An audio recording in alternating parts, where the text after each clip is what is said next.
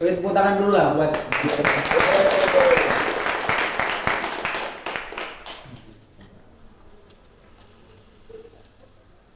Jadi kemarin beliau ini memang sangat ingin untuk pentas di Sumeneb karena dia berharap akan ada diskusi yang mungkin akan menjadi pertunjukan ini menjadi lebih berbunyi lagi dan seterusnya ya. Satu hal yang mungkin saya catat sekedar hanya untuk pengantar. Saya tahu Dodi Yanmaswa ini atau dikenal juga Dodi Tobong adalah salah satu tokoh teater lah di Jawa Timur, ya di nasional juga. Tapi saya ingin lebih membacanya di Jawa Timur sebagai orang yang saya pikir atau seniman yang saya pikir tidak kenal lelah. Dia tetap berjibaku dengan gagah dalam kemiskinannya kemana-mana. Dan saya pikir ini satu hal yang perlu dicatat. Tidak banyak orang yang bisa bertahan dan tetap meyakini teater sebagai jalan hidup saya pikir. Dan Dodi salah satunya. Dia menyebut pertunjukan ini teater ontang-anting atau proyek Magugat yang ini disebutnya sebagai teater ontang-anting. Artinya ontang-anting itu kalau di kita itu apa ya? Kalau kita kan punya rokat Pandobo. Lah Pandobo itu ada Pandobo ontang-anting.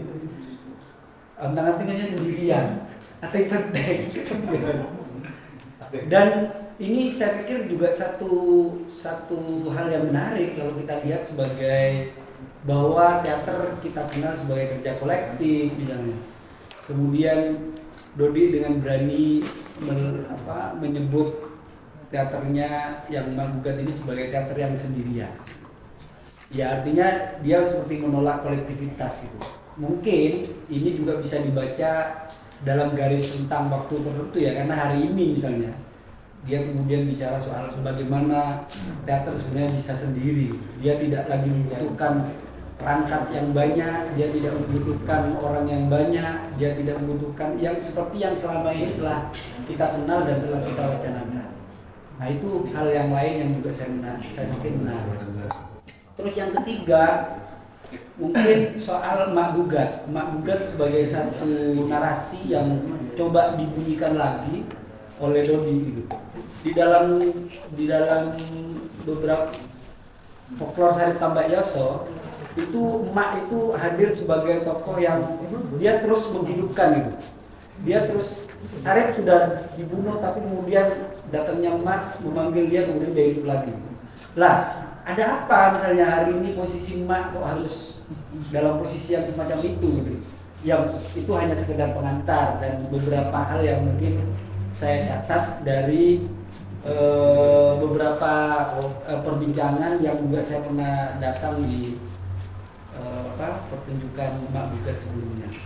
Mungkin itu komentar saya langsung berikan dulu kepada Dodi untuk memberikan beberapa hal yang seputar gagasan, seputar penciptaan dan lain-lain misalnya di Magugat ini. Silakan.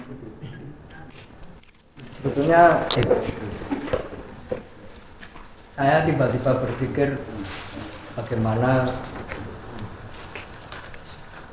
menciptakan karya pertunjukan yang sederhana, yang fokus, jadi tidak menawarkan tema yang berlapis-lapis.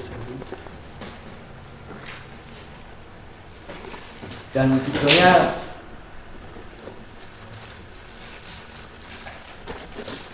berapa kali saya mengerjakan pertunjukan teater itu saya terjebak pada satu konstruksi yang mewah. Jadi banyak kebutuhan, banyak aktor, kemudian kemungkinan artistik yang harus diciptakan untuk memenuhi standar simbol dari pemanggungan apa. Nah, mungkin mungkin dari apa ya, bukan kejenuhan atau mungkin dari kalau teman-teman menyebutnya kekalahan tidak ada kemampuan untuk mewujudkan sesuatu yang mewah yang berlapis-lapis. Kemudian saya berpikir untuk bagaimana kerja teater itu menempuh satu yang sederhana, minimal lebih sederhana dari seperti yang biasa saya kerjakan di teater Toko. Sebenarnya Mak Gugat lebih berpikir itu.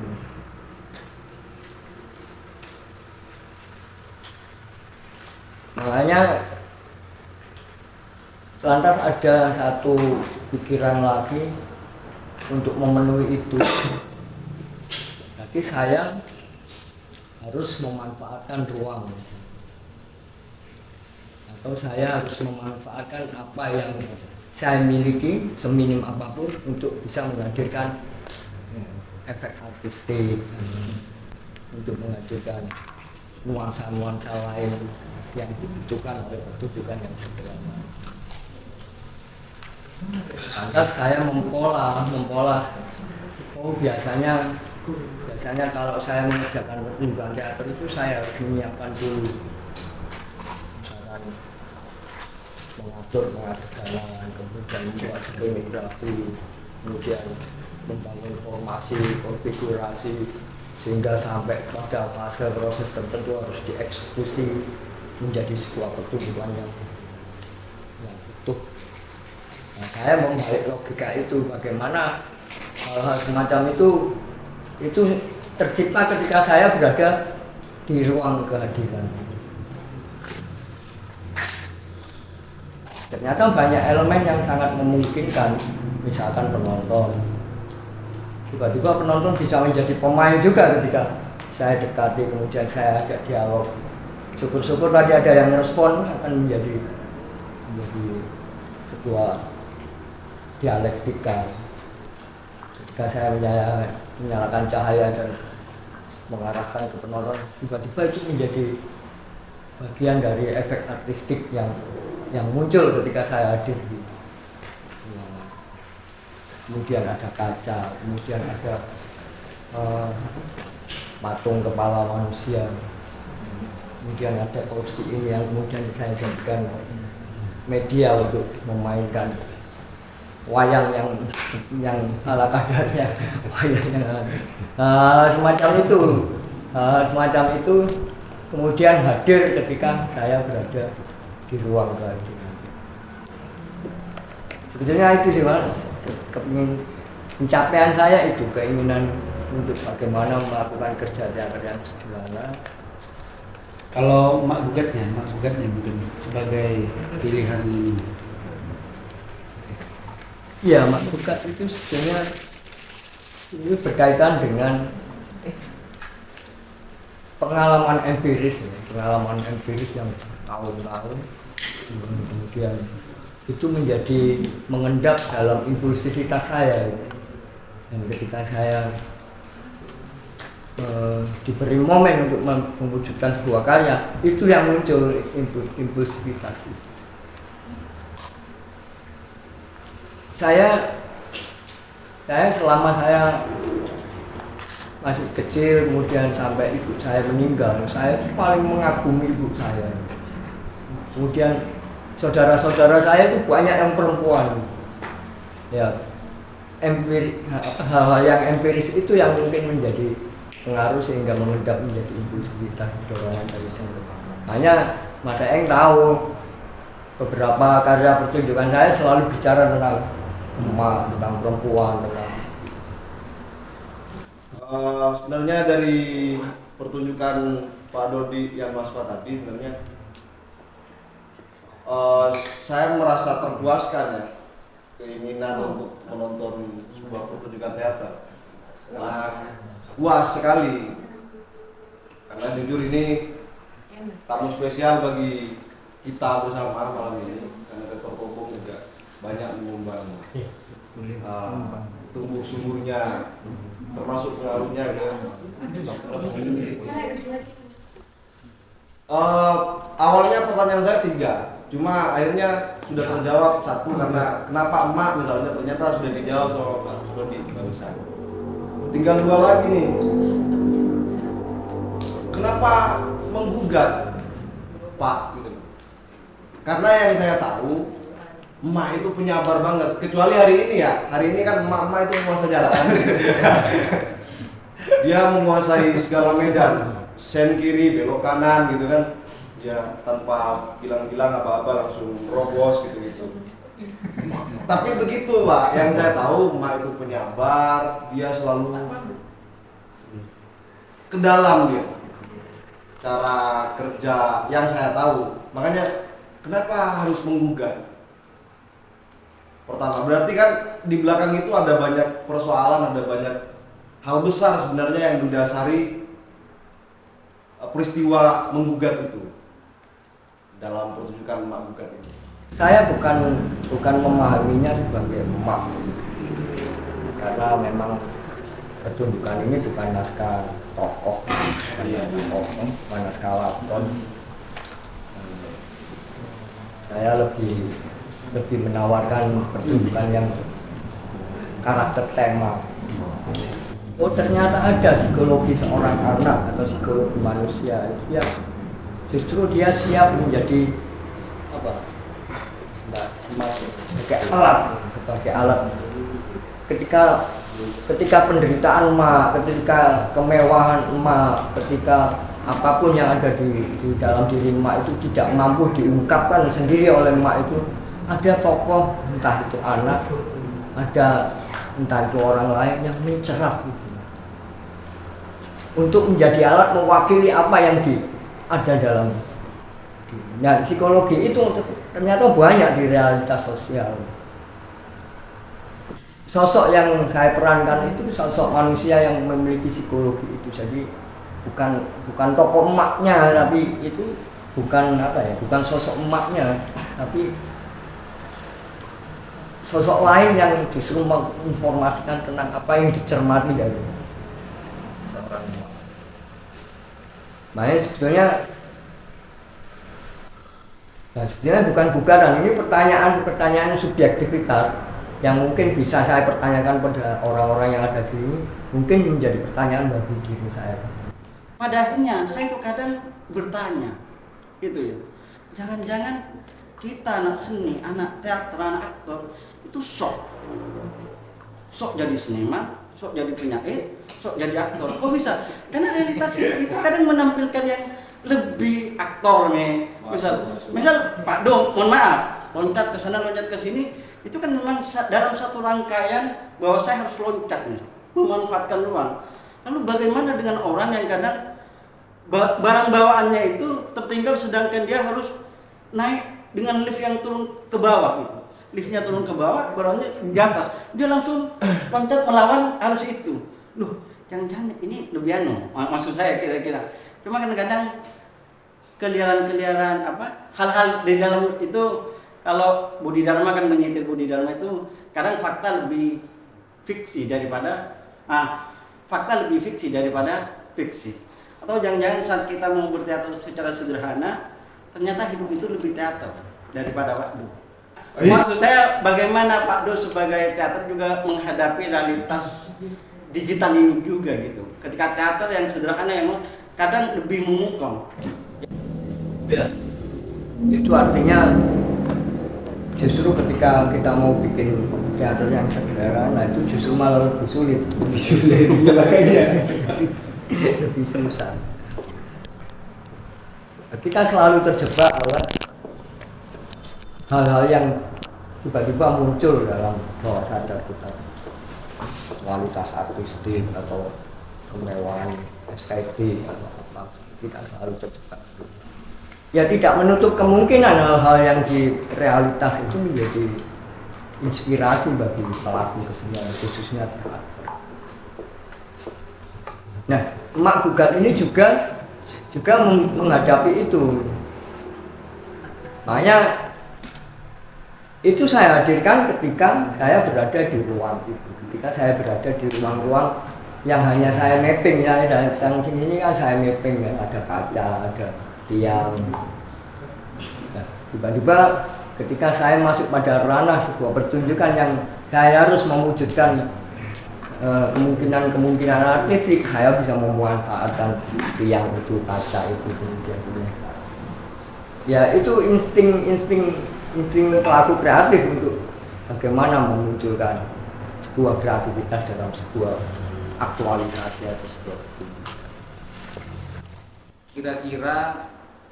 kira-kira secara proses kreatif dari Pak Do ini, bagaimana kemudian Pak Do ini mempunyai proses perjalanan kreatif sehingga tercipta teater yang sudah dibebaskan tadi, baik secara rujukan artistik misalnya, atau secara sistem tanda misalnya, atau secara konseptual misalnya, yang barangkali itu bisa dibagi di sini, dan bisa jadi itu juga bisa membuat yang ada di sini atau saya pribadi juga barangkali bisa diambil kemudian diolah kembali menjadi sesuatu yang lebih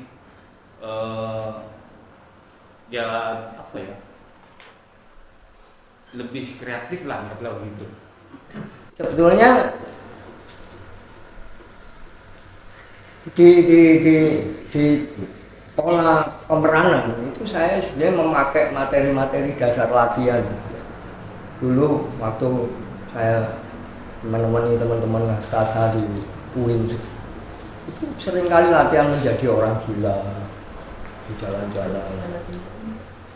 Ada istilah program latihan atas itu, naik ke atas, teman-teman bawa ke mall, kemudian melakukan ekspresi di mall.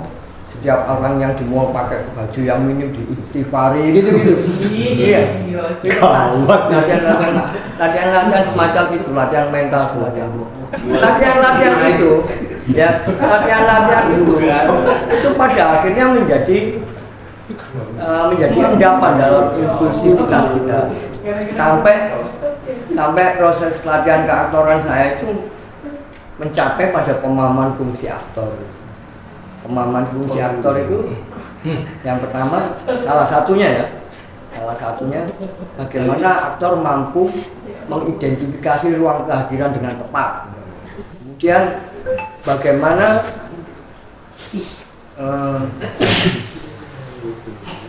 aktor itu mampu menggunakan impulsivitas ya, dorongan dari dalam berkaitan dengan power. Ini ada teman-teman dari teater kaget, Pamekasan, ada teater Palistu, ini ada teater kertas, teater tebu, ini banyak. Itu ada forum aktor. Oke, ini Mas Rudi nih. Ya, terima kasih. Ini saya pada kurang lebih 20 tahun yang lalu. 10 tahun ya, sudah terpisah dengan teater, cuma ikut-ikut WA-WA-an saja. Memang kata Mas tadi itu, sentuhan ini memang kalau sudah pakai kiai, pakai ayat, pakai sudah banyak. Tapi tetap kenapa kok kita masih berpura-pura dengan kejujuran, keadilan, keseriusan. Padahal kita sebenarnya masih terkungkung terhadap budaya malas, sehingga kita tidak pernah berubah.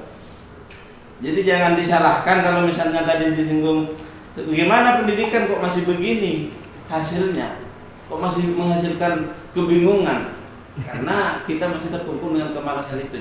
Padahal sudah episode 24 itu ya, merdeka belajar itu. Karena belum merdeka ya. Dan tetap hasilnya kita tetap bingung. Gimana mau kemana tambah arah. Assalamualaikum warahmatullahi wabarakatuh. Pertama salam hormat kepada seniman sepuh terutama Madura karena saya orang Jember Pak. Jember. Teman kuliahnya di Al-Hira di Bata-Bata, terus aktif di teater kaget. Sebenarnya pas habis sedikit cerita karena dapat info pamflet itu dari Pak Nono orang Kediri. Nono MC. Habis itu terus sama senior juga saya kirim itu sama senior suruh hadir ke sini karena Pak Do itu pernah hadir di kaget gitu. pertama terima kasih banget dengan pertunjukan itu, dan kita yang masih mahasiswa yang masih belajar betul tentang apa itu teater itu seperti apa. Bahkan katanya Pak Nono barusan, yang sederhana itu tidak sederhana. Jadi kita lebih, oh ternyata adanya panggung itu, oh itu bukan teater ternyata gitu. Adanya teman-teman make up sampai karakter tua, oh ternyata itu bukan teater gitu.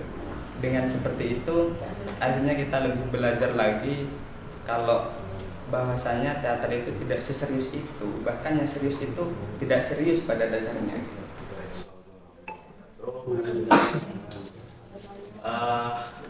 Saya mungkin agak naratif dari awal karena memang ketika Pak Do menghubungi saya untuk main di Sumeneb, saya heran apa yang saya persiapkan gitu. Saya nanya, udah ada mas, sampean cukup punya tempat aja gitu. Misal, loh, enggak ada lampu, enggak saya bawa sendiri katanya. Gimana teknisnya tuh gitu? Karena mungkin saya ngebayangin prosenium saat itu Pak Do. Mak Gugat itu main secara prosenium lah, konvensional gitu. Bisa jadi monolog tapi model-modelnya tetap prosenium. Jadi mungkin Pak Do sebenarnya tadi musik sudah diwakili dengan bunyi seng-seng yang ada di kaki, terus kemudian langkah kaki segala macam itu saya kira sudah ini ya, kompleks gitu. Cuma bayangan saya mandek di situ, makanya kemarin saat datang itu saya tawari beberapa tempat. Di awal kita sepakat di sana di trotoar depan. Tapi kata Pak Do mungkin takut kondusif, dikira takut ada kecelakaan apa segala macam. Orang-orang ngumpul. Saya tawari juga di Adipodai karena Pak Salih juga ngasih opsi taruh di Adipodai aja Van karena lebih lapang gitu. Ternyata Pak Do milih ruangan ini gitu. Ya saya heran aja, ini Pak Do ini sebagai teknis ya, sebagai teknis karena bisa jadi ruang kehadiran itu penting sekali untuk untuk dipertimbangkan gitu bagi seorang aktor, bagi performer. Karena bisa jadi teater sebagai gerakan ini sudah jauh melampaui gerakan-gerakan ruang ekspresi seni yang lain. Karena terus terang saya berada di musik, teater sudah melampaui jauh cara berpikirnya. Kami masih berbicara tentang tempo, berbicara tentang ritme misalnya. Teater sudah berbicara tentang ruang kehadiran segala macam. Karena tidak memungkinkan misalkan ada seorang pemain elektron misalnya mau main di tengah-tengah kayak gini terus kemudian secara ruang kehadiran dia menjadi estetik segala macam. Itu saya mikir begitu. Teater sudah melampaui itu. Pak Do dengan tubuh yang sendirian, yang Pak Do sebut sebagai ontang-anting ya Pak Do. Ontang-anting sendirian. Dia berkeliling membawa raganya, membawa skenografinya, membawa lightingnya sendiri, membawa bunyiannya sendiri. Itu saya kira di konsep kesenian yang lain ini masih perlu untuk mengejar gitu, saya kira. Karena Pak Do mengekspresikan teater sudah tidak lagi sebagai pertunjukan, tapi mungkin sebagai jalan hidup, sebagai perenungan, sebagai. Ada beberapa pesan dan kesan tadi setelah saya lihat dari penampilan bahwa emak itu merupakan suatu kegelisahan. Cuman yang saya bingung, Mas Do, kegelisahan itu dari emak-emak atau seorang emak apa dari Mas Dodi sendiri? Kegelisahan tentang bagaimana kita itu di dalam masyarakat khususnya bahwa keberadaan pada saat ini sebuah kegelisahan yang memang diingatkan oleh beliau dengan teater. Terus terang kami terkesan sehingga diingatkan oleh beliau bahwa sesuatu kebenaran itu memang harus ya. Jadi yang saya alami penyampaian teater tadi sudah sampai ke saya sehingga saya mulai berbenah diri, bersadar diri bahwa kebenaran itu memang harus diseriusi. Mungkin gitu.